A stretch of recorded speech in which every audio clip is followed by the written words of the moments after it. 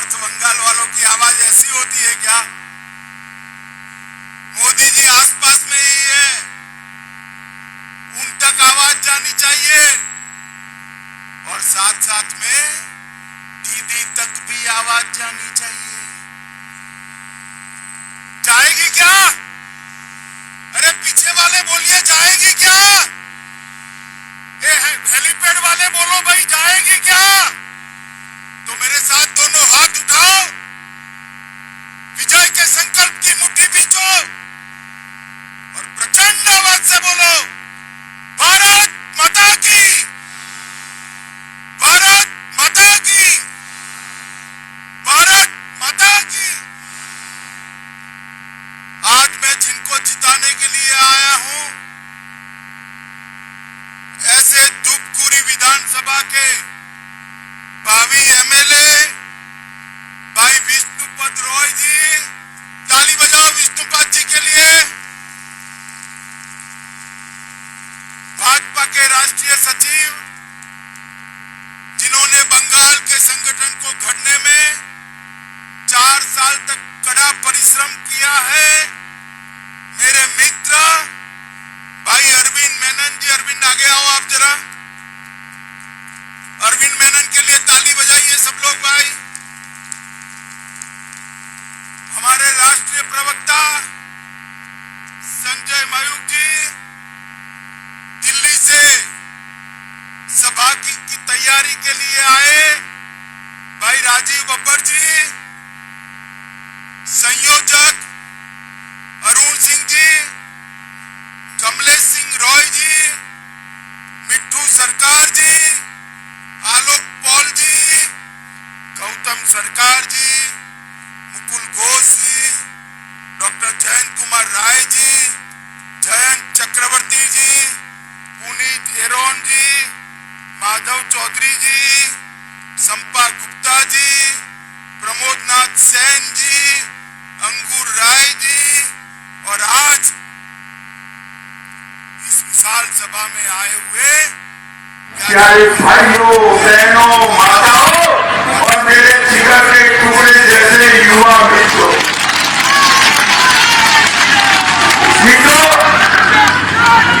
ये सभा का मूल मुझे लगता है कि 2 तारीख को दीदी की विदाई निश्चित है ना भाई? माताएं बहनें बोले है ना? अरे माताएं को तो जोर से बोलना है ना? मगर मैं एक बात बताऊं, दीदी बहुत बड़ी नेत्री है भाई, 10 साल मुख्यमंत्री रही है। कोई छोटी बात है क्या? बड़ी बात है। पूरा देश दीदी को जानता है। उनकी विदाई हो तो धामधूम से होनी चाहिए या नहीं होनी चाहिए? जरा बोलो, धामधूम से होनी चाहिए या नहीं होनी चाहिए? अब बड़ी नेत्री जाती है तो बड़े मार्जिन से विदाई देनी पड़ती है। तो बंगाल में भाजपा की सरकार बनाने से सिर्फ नहीं चलेगा, 200 से ज्यादा सीटों के साथ भारतीय जनता पार्टी की सरकार बननी चाहिए। और ये उत्तर बंगाल में बहुत अन्याय किया है दीदी ने उत्तर बंगाल को। उत्तर बंगाल में दीदी का खाता न खुलने देना। माताओं, आपकी जिम्मेदारी है दीदी का खाता नहीं खुलने देना।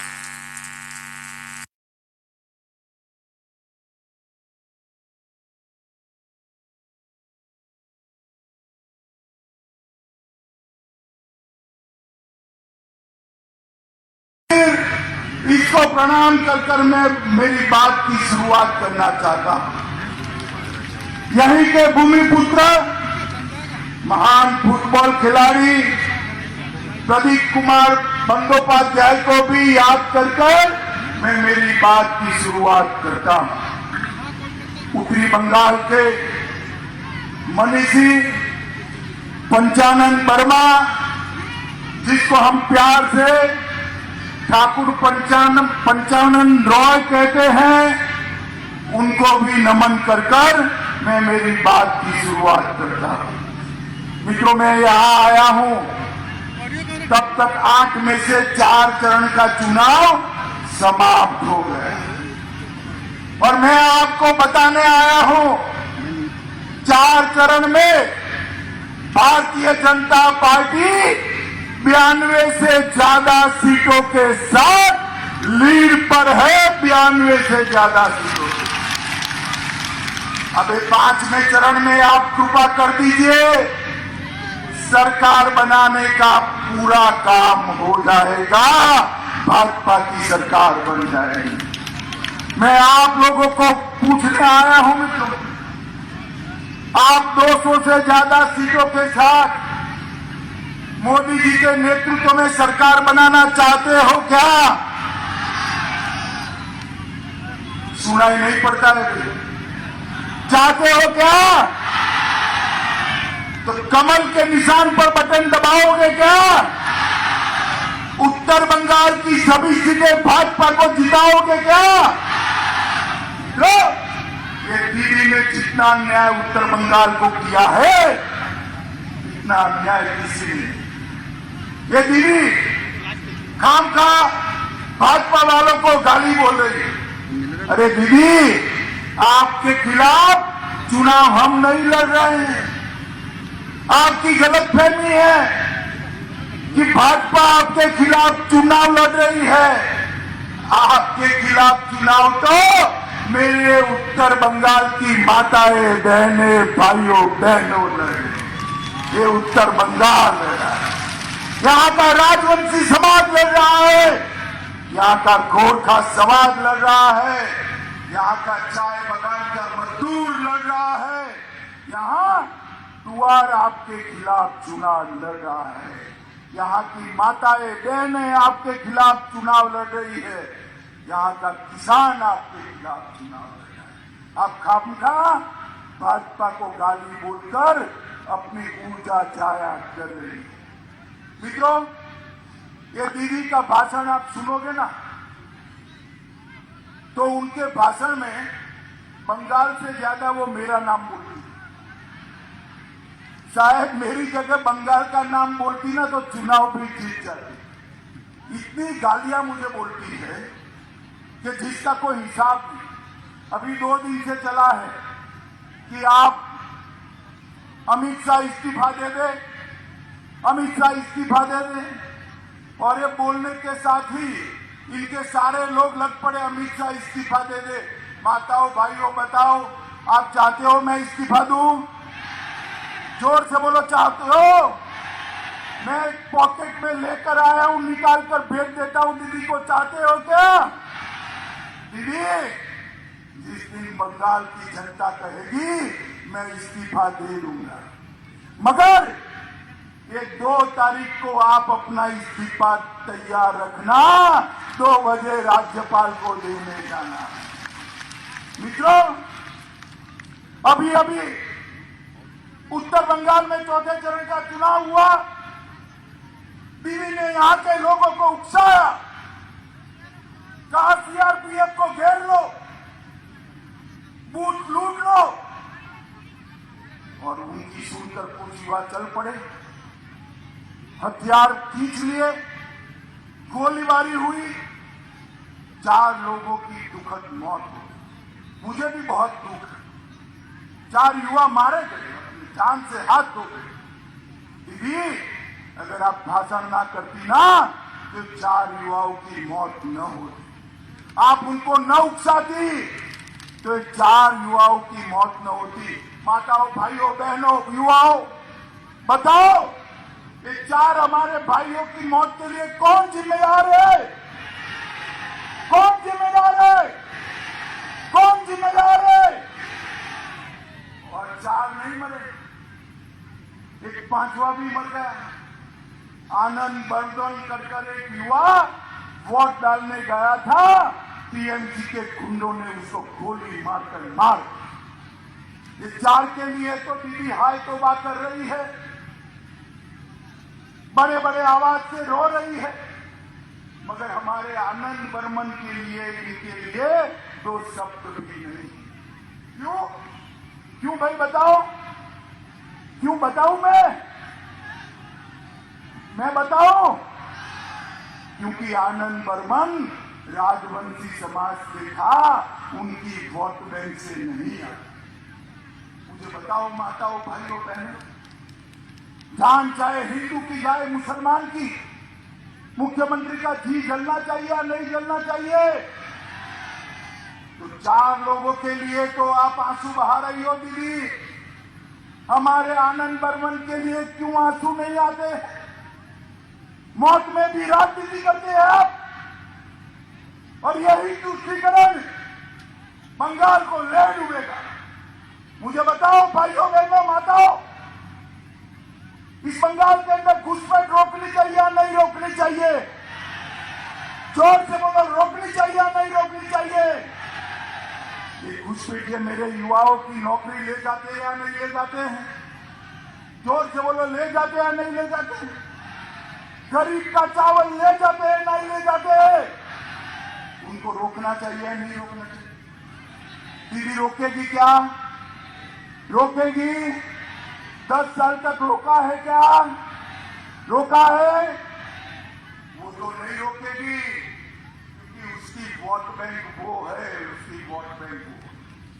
मित्रों, मगर मैं आपको कहने आया हूं, एक बार 2 मई को नरेंद्र मोदी के नेतृत्व में भाजपा सरकार बना दो, इंसान को क्या सरहद की उस ओर से परिंदा भी पैर नहीं मार पाएगा।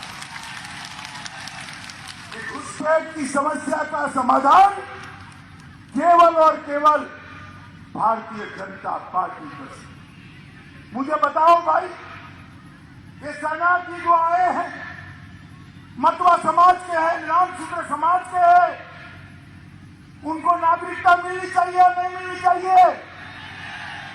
अरे यार, जोर से बोलो, थकान तो मुझे लगनी चाहिए, आप भी थक लो। मिलनी चाहिए या नहीं मिलनी चाहिए? दीदी कहती है नहीं मिलनी चाहिए। क्यों? क्योंकि वो अपनी वोट बैंक से डर रही है। अरे दीदी, आप क्या रोकोगी? आपकी तो 2 तारीख को विदाई निश्चित। भाजपा सरकार बनने वाली है। हम सीए को लागू कर मेरे नामशूद्र समाज के, मतवा समाज के, हर समाज के शरणार्थियों को भारत का नागरिक बनाकर सम्मान देने वाले सम्मान। मित्रों, ये तुष्टीकरण की राजनीति, ये भ्रष्टाचार नहीं चलेगा। नरेंद्र मोदी जी ने किसानों के लिए 18,000 रुपया इनके बैंक अकाउंट में भेजने का तय किया। आपको मिला है क्या? मिला है क्या? माताएं, मिला है क्या? क्यों नहीं मिला भाई? क्योंकि दीदी ने आपका नाम ही दिल्ली नहीं भेजा है। मगर चिंता मत करो, 2 तारीख को कमल खिला दो, 2 तारीख को हमारे रॉय को जिता दो, 5 तारीख को 18,000 रुपया आपके बैंक अकाउंट में जमा हो। मित्रों, सारे गरीबों को, देश भर के गरीबों को 5 लाख रुपए का प्रधानमंत्री आयुष्मान भारत योजना का लाभ मिलता। बंगाल के गरीबों को मिलना चाहिए या नहीं मिलना चाहिए? जोर से बोलो भाई, मिलना चाहिए या नहीं मिलना चाहिए? मिल रहा है क्या? मिल रहा है क्या? क्यों नहीं मिल रहा है? कौन रोक रहा है? कौन रोक रहा है? कौन रोक रहा है? मित्रों, आप 2 तारीख को परिवर्तन कर दो, 5 तारीख को घर में कोई भी बीमारी आए, 5 लाख तक का सारा खर्चा नरेंद्र मोदी जी उठाने वाले हैं। मुझे बताओ भैया, ये अपने उत्तर बंगाल में एक एम्स होना चाहिए या नहीं होना चाहिए? होना चाहिए या नहीं होना चाहिए? हमने तय किया है, उत्तर बंगाल में सरकार बनते ही एक एम्स बनाने का काम करेंगे। हमने तय किया है, सिलीगुड़ी में आईटी पार्क बनाएंगे।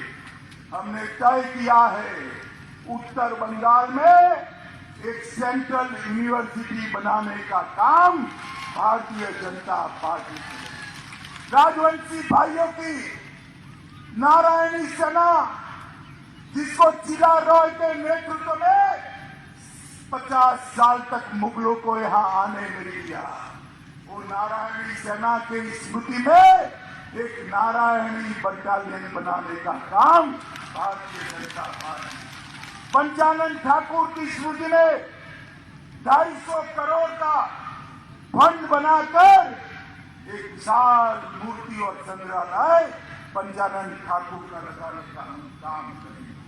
बहादुर चिला रॉय के स्मृति में एक पैरा मिलिट्री ट्रेनिंग सेंटर बनाने का काम करेंगे।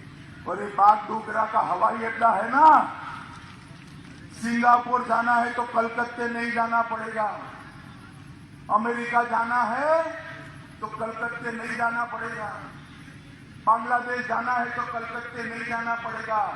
बागडोगरा को इंटरनेशनल एयरपोर्ट बनाएंगे, वहीं से ये अपना सिलीगुड़ी है ना, वहां मेट्रो ट्रेन भी मोदी जी बनाने वाले हैं। और सिलीगुड़ी से कलकत्ता तक 700 किलोमीटर का सुभाष चंद्र बोस रोड बनाकर 3 घंटे में कलकत्ता पहुंचने की व्यवस्था ये भारतीय जनता पार्टी की सरकार है। मित्रों, हमने तय किया है कि टी गार्डन के सभी मजदूरों की मजदूरी 350 रुपया प्रतिदिन करने का काम ये भारतीय जनता पार्टी।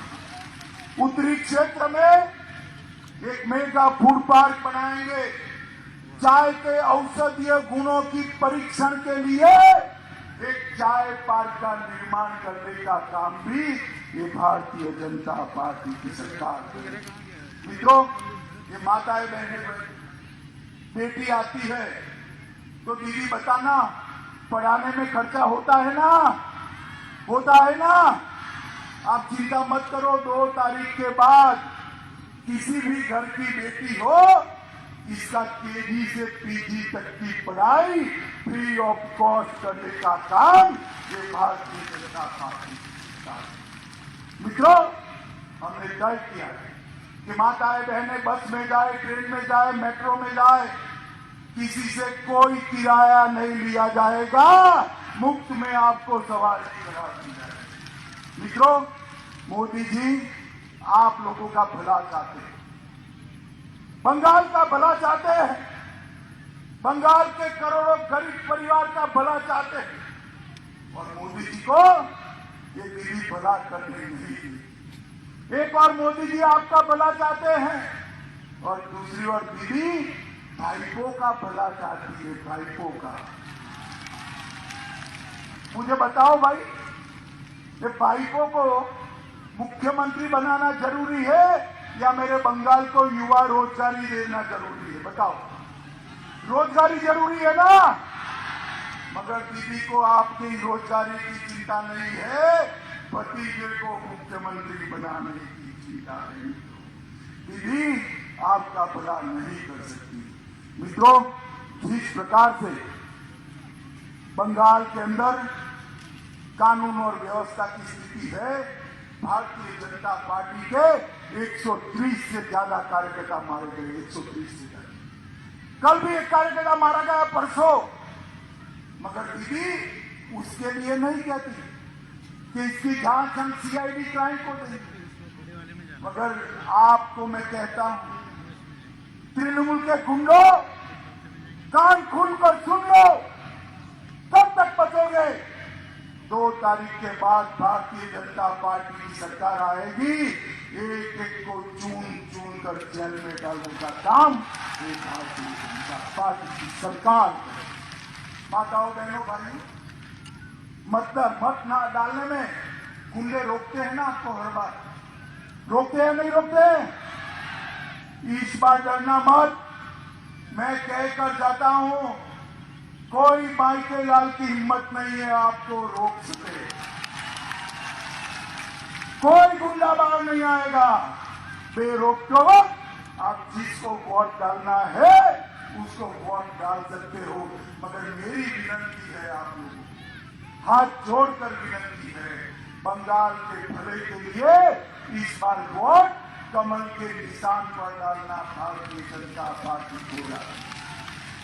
माताओं, भाइयों, बहनों, ये चिलचिलाती धूप में मेरी पार्टी ने ऊपर पंडाल की व्यवस्था भी नहीं करी है, मगर हजारों की संख्या में लोग चारों ओर जहां तक नजर पहुंचे लोग ही लोग दिखाई पड़ते हैं। इतनी बड़ी संख्या में आप लोग आए हैं, आपका प्यार, आपका उत्साह और आपका समर्थन हमारा हौसला बढ़ाता है। और मित्रों, मैं यहाँ आपके बीच में कहकर जाता हूँ, सोनार बांग्ला का निर्माण नरेंद्र मोदी के नेतृत्व में हो सकता है। मोदी जी के नेतृत्व में ही सोनार बांग्ला बन सकता है। तो माताओं, बहनों, भाइयों, आप सभी को मेरा करबद्ध निवेदन है कि हमारे प्रत्याशी रॉय को रोया जाओ, हमारे प्रत्याशी रॉय को प्रचंड मार्जिन के साथ जिताइए। जिताएंगे क्या? कमल के निशान पर बटन दबाएंगे क्या? मोदी जी के हाथ मजबूत करेंगे क्या? 200 से ज्यादा सीटों के साथ सरकार बनाएंगे क्या? तो मेरे साथ दोनों हाथ उठाइए, उठाइए दोनों हाथ, विजय के संकल्प की मुट्ठी पीछे और प्रचंड आवाज से बोलिए, भारत माता की, भारत माता की, भारत